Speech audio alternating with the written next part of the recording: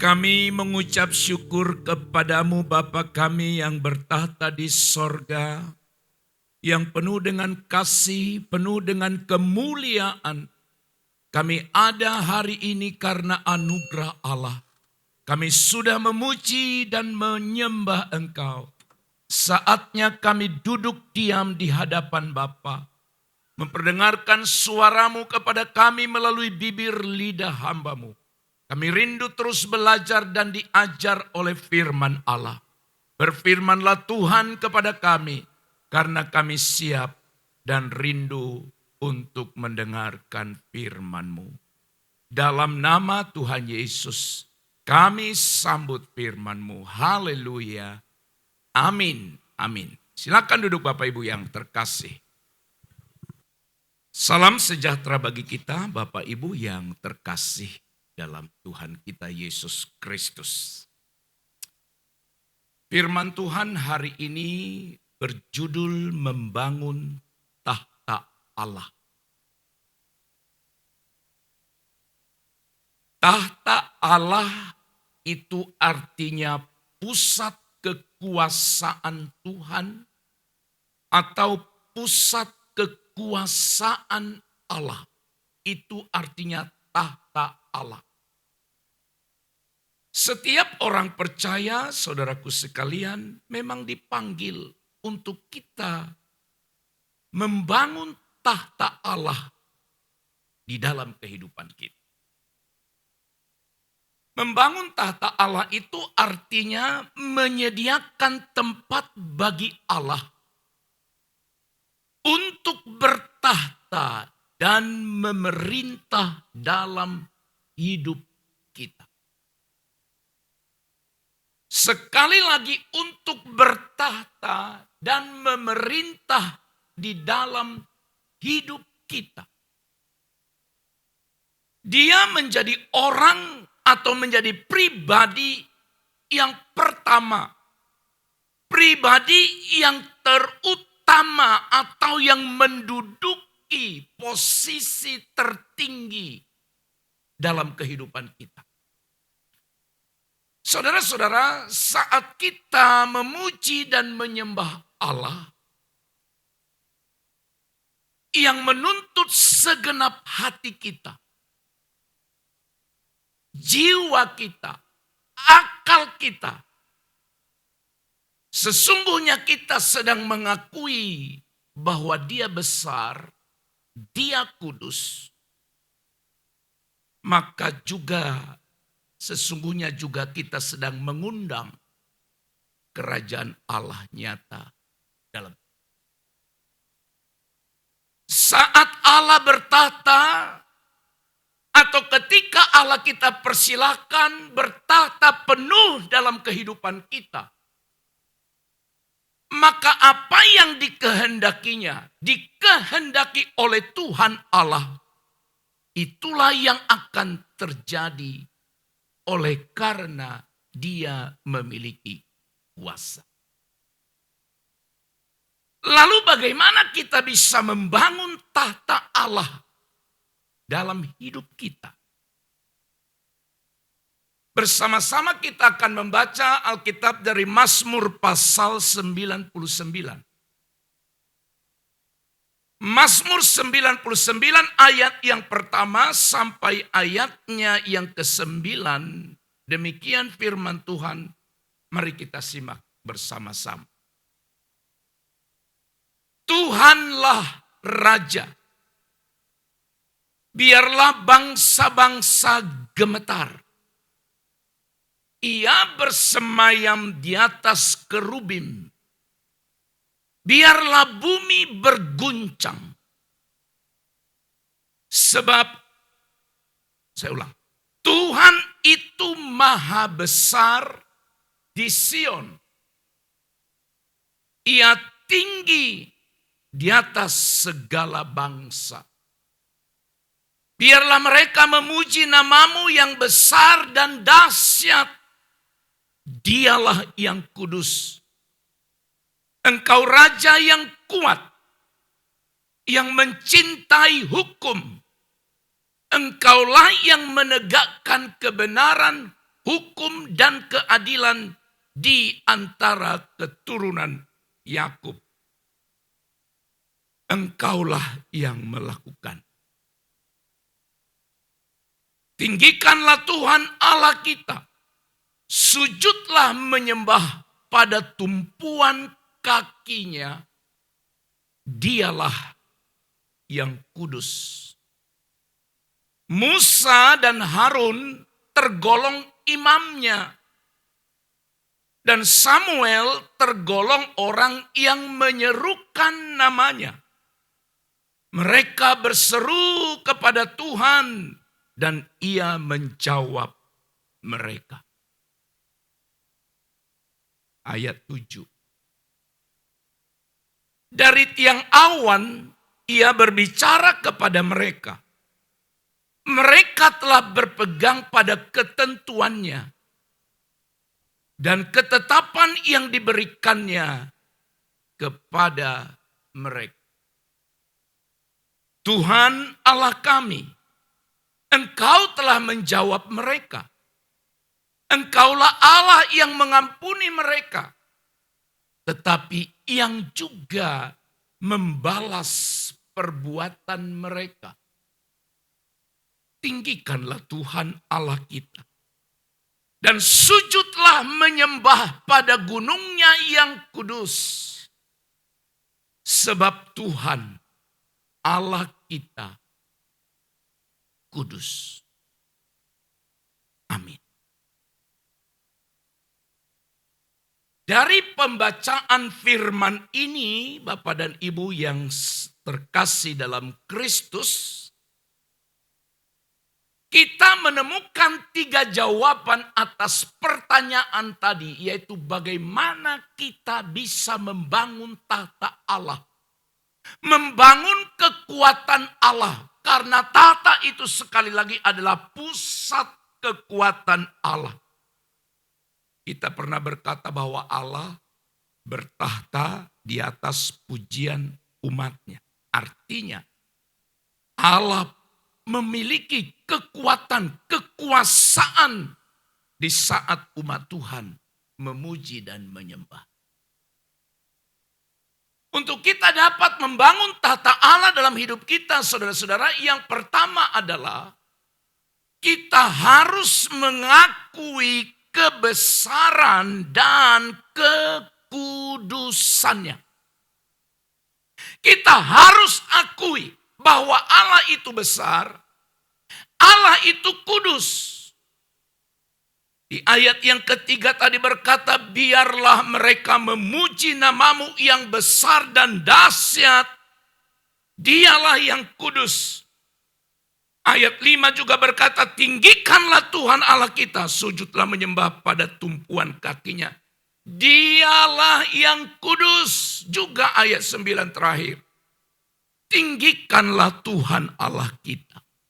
Dan sujudlah menyembah pada gunungnya yang kudus, sebab Tuhan Allah kita kudus. Mengakui Allah itu pribadi yang besar. Pribadi yang suci. Pribadi yang kudus. Kebesaran dan kekudusan Allah. 2 hal yang sangat penting. Yang artinya kita harus sadar dan menghormati Allah sebagai Raja yang berkuasa. Sebagai Raja yang adil dan suci di atas segala ciptaan. Itulah yang disebut kebesaran dan kekudusan atau kesucian Allah. Lalu tadi dikatakan kita harus mengakuinya. Bagaimana kita bisa mengakui kebesaran dan kekudusan Allah dalam hidup kita? Yang pertama tentu saja kita harus memuji Dia. Kita harus menyembah Dia dengan segenap hati, jiwa, dan akal kita. Maka dari itu, saudara-saudara, setiap kali saudara beribadah, Apakah ibadah itu ibadah yang dilakukan secara pribadi, yang dilakukan bersama-sama seperti kita saat ini? Maka dituntut dari kita bukan hanya sekedar menyanyi, tapi menuntut segenap hati, jiwa, akal kita mengalir dari dalam kehidupan kita. Kemudian yang kedua, kita harus menghargai dan menjaga ciptaannya seperti tadi dikatakan kebesarannya. Akibat kebesaran yang Allah miliki, maka dia menciptakan segala sesuatu dengan caranya sendiri. Dari yang tidak ada menjadi ada. Oleh sebab itu hargai. Kita dituntut juga untuk menjaga semua tatanan ciptaan Allah di dalam kehidupan kita. Kemudian menghindari dan menentang segala bentuk dosa, kejahatan, dan ketidakadilan. Saudaraku sekalian, ketiga hal ini adalah cara kita untuk mengakui bahwa Allah itu besar. Untuk mengakui bahwa Allah itu suci adanya. Dan tahukah Bapak Ibu Saudara sekalian, apabila kita mengakui kebesaran dan kekuasaan Allah dalam hidup kita, maka kita akan hidup. Seseorang akan hidup dituntut untuk hidup penuh rasa takut, penuh rasa hormat kepada otoritas dengan segala kerendahan hati kita. Karena Allah itu besar. Allah itu hebat, Allah itu suci. Maka kita harus menghampiri dia dengan rasa hormat, rasa kagum. Kemudian, dengan kita mengakui kebesaran dan kekudusannya, maka kita memiliki hubungan yang baik, hubungan yang harmonis dan damai dengan Allah. Dan juga kita berdamai dengan sesama. Dengan mengakui kebesaran dan kekudusan Allah dalam hidup kita, saudara, maka yang berikut, kita akan memiliki perlindungan, memiliki pertolongan dari Allah dalam segala situasi. Karena kita mengakui dia besar. Karena kita mengakui dia hebat. Mengakui dia luar biasa. Oleh sebab itu, saudaraku, akuilah kebesaran dan kekudusan Allah dalam segala hal. Dan mari kita mengingat selalu bahwa kita semua adalah umat pilihan Allah yang telah dipanggil untuk menjadi kudus, sama seperti dia kudus. Dengan kita mengakui kebesaran dan kekudusan Allah dalam hidup kita, maka kita sedang mempersilahkan Allah berdaulat dan bertahta di dalam kehidupan kita. Karena tahta Allah dibutuhkan oleh setiap kita. Sebab dengan tahta Allah itu artinya pusat kekuatan Allah atau kekuatan Tuhan. Yang kedua, membangun tahta Allah, maka kita harus mengasihi dan mentaati hukumnya. Ayat yang keempat, engkaulah raja yang kuat, yang mencintai hukum. Engkaulah yang menegakkan kebenaran, hukum dan keadilan di antara keturunan Yakub. Engkaulah yang melakukan. Membangun tahta Allah dalam kehidupan kita yang kedua adalah dengan cara mengasihi. Dan sebagai bentuk kasih kita kepada Allah, kita turuti, kita taat pada perintahnya, pada hukumnya. Dengan kata lain, kita menjadikan hukum Allah sebagai pedoman dan standar kehidupan kita. Bukan yang lain, bukan teori lain, bukan sumber lain. Tapi yang menjadi pedoman hidup kita adalah Alkitab yang adalah firman Allah. Sekali lagi, Alkitablah standar hidup kita. Alkitablah pedoman hidup kita.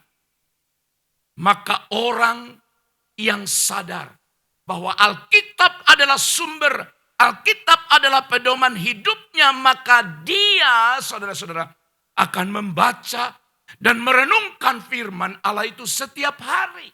Dia akan baca. Dia akan merenungkan. Dia akan mencocokkan hidupnya pada firman itu. Bukan firman dicocokkan pada hidup kita. Jangan terbalik.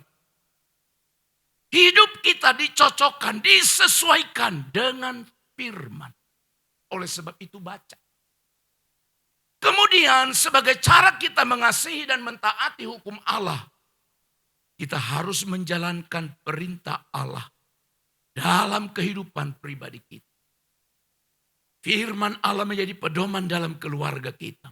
Firman Allah menjadi penuntun dan pedoman dalam gereja kita, dalam masyarakat kita, dalam seluruh tatanan kehidupan kita. Dan ikutilah teladan dan ajaran Yesus Kristus.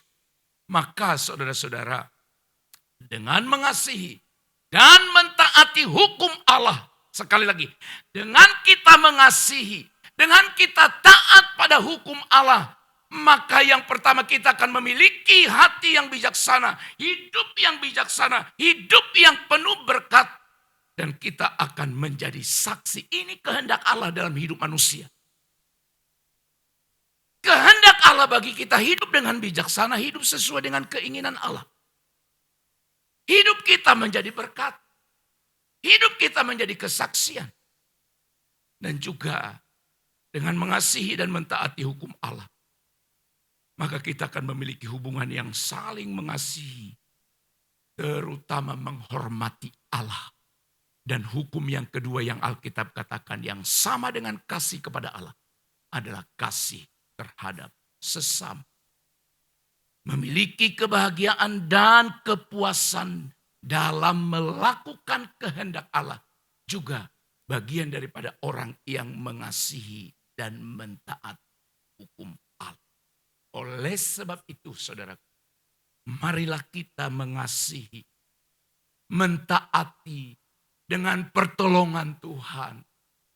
Hukum Allah harus kita sayangi, harus kita kasihi, harus kita taati dalam segala hal. Dan mengingatkan kita bahwa kita adalah orang percaya yang mau taat dan yang mau setia kepada Allah. Yang ketiga, bagaimana kita bisa membangun tahta Allah dalam hidup kita? Yang ketiga adalah selalu bersyukur dan berseru kepadanya. Ayat yang ke-6 berkata begini, Musa dan Harun tergolong imamnya, dan Samuel tergolong orang yang menyerukan namanya. Perhatikan baik ayat berikut. Mereka berseru kepada Tuhan dan ia menjawab. Lalu ayat 8. Tuhan Allah kami, Engkau telah menjawab mereka. Engkaulah yang mengampuni mereka, tetapi yang juga membalas perbuatan mereka. Dua ayat ini mengajarkan kita kebenaran supaya kita berseru dan bersyukur kepada Dia. Berseru dan bersyukur kepada Allah, yaitu berbicara, berkomunikasi, dan bersekutu dengan Allah melalui doa dan pujian. Sekali lagi saya hanya mengingatkan saudara. Jangan pernah saudara lewatkan dalam satu hari tanpa engkau bicara dengan dia. Tanpa engkau menyembah dia. Sebagai bentuk ucapan syukur dan kekaguman kita pada Allah. Ketika engkau bangun, maka engkau harus mengucapkan syukur kepada Allah. Karena kita diberi kesempatan hidup di hari yang baru. Menyambung kehidupan. Sembari memohon supaya Tuhan menolong perjalanan hidup kita sepanjang satu hari yang baru. Bagaimana saudara dan saya berseru dan bersyukur kepada Allah? Tentu saja semua kita tahu kita harus berdoa. Berdoa minta pertolongan, minta bantuan, minta petunjuk, minta kehendak Allah dalam segala situasi. Berkata apa yang kau kehendaki hari ini oh Tuhan untuk aku lakukan di tengah-tengah kehidupan saya. Di pekerjaan saya, di keluarga saya, di studi saya atau dalam hal apapun. Dan jangan pernah lupa bersyukur. Bersyukur artinya mengakui segala berkat kasih dan kuasa Allah yang telah Dia beri dan nyatakan dalam hidup kita. Bersyukur. Dan yang berikut adalah tetap memuji dan menyembah. Karena sifat dan perbuatannya yang ajaib. Memuji Dia, menyembah Dia. Ada orang yang lupa menyembah Allah. Ada orang yang lupa memuji Allah. Saudara-saudara, ini dituntut oleh Allah dari kehidupan kita. Saudara masih ingat ada 10 orang yang berpenyakit kusta. Disembuhkan oleh Tuhan semuanya.